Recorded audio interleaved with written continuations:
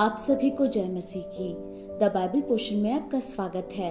हमारा आज का वचन है दानियेल की पुस्तक 4 अध्याय वचन 1 से 18।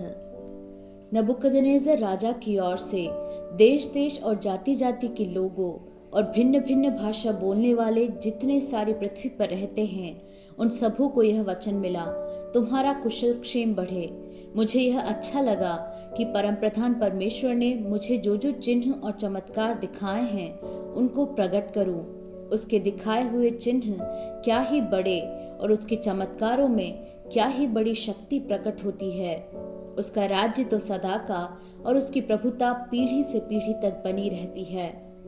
मैं नबूकदनेस्सर अपने भवन में चैन से और प्रफुल्लित रहता था। मैंने ऐसा स्वप्न देखा जिसके कारण मैं डर गया और पलंग पर पड़े पड़े जो विचार मेरे मन में आए और जो बातें मैंने देखी उनके कारण मैं घबरा गया था। तब मैंने आज्ञा दी कि बेबीलोन के सब पंडित मेरे स्वप्न का फल मुझे बताने के लिए मेरे सामने हाजिर किए जाएं। जब ज्योतिषी, तंत्री, कसदी और होनहार बताने वाले भीतर आए और मैंने उनको अपना स्वप्न बताया, परंतु वे उसका फल न बता सके।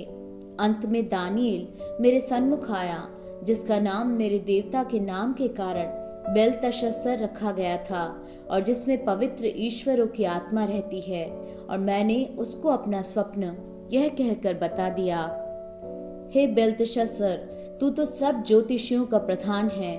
मैं जानता हूँ कि तुझ में पवित्र ईश्वरों की आत्मा रहती है और तू किसी भेद के कारण नहीं घबराता। इसलिए जो स्वप्न मैंने देखा है उसे फल समेत मुझे बताकर समझा दे।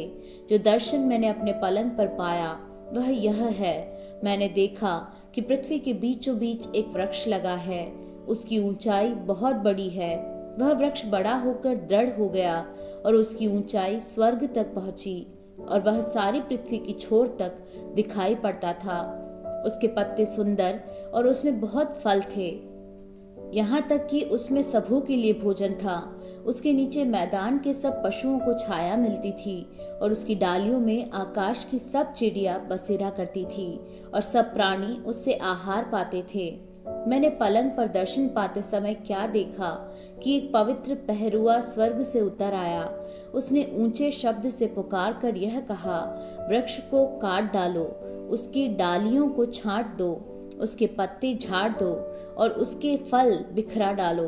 पशु उसके नीचे से हट जाएं और चिड़ियां उसकी डालियों पर से उड़ जाएं, तो भी उसके ठूठ को जड़ समेत भूमि में छोड़ो और उसको लोहे और पीतल के बंधन से बांधकर मैदान की हरी घास के बीच रहने दो। वह आकाश की ओस से भीगा करे और भूमि की घास खाने में मैदान के पशुओं के संग भागी हो। उसका मन बदले और मनुष्य का न रहे, परंतु पशु का सा बन जाए और उस पर 7 काल बीते। यह आज्ञा पहरुओं के निर्णय से और यह बात पवित्र लोगों के वचन से निकली कि जो जीवित है वे जान ले कि परमप्रधान परमेश्वर मनुष्यों के राज्य में प्रभुता करता है और उसको जिसे चाहे उसे दे देता है। वह छोटे से छोटे मनुष्य को भी उस पर नियुक्त कर देता है। मुझ नबूकदनेस्सर राजा ने यही स्वप्न देखा। इसलिए हे बेलतशस्सर, तू इसका फल बता, क्योंकि मेरे राज्य में और कोई पंडित इसका फल मुझे समझा नहीं सकता, परंतु तुझ में तो पवित्र ईश्वरों की आत्मा रहती है, इस कारण तू उसे समझा सकता है।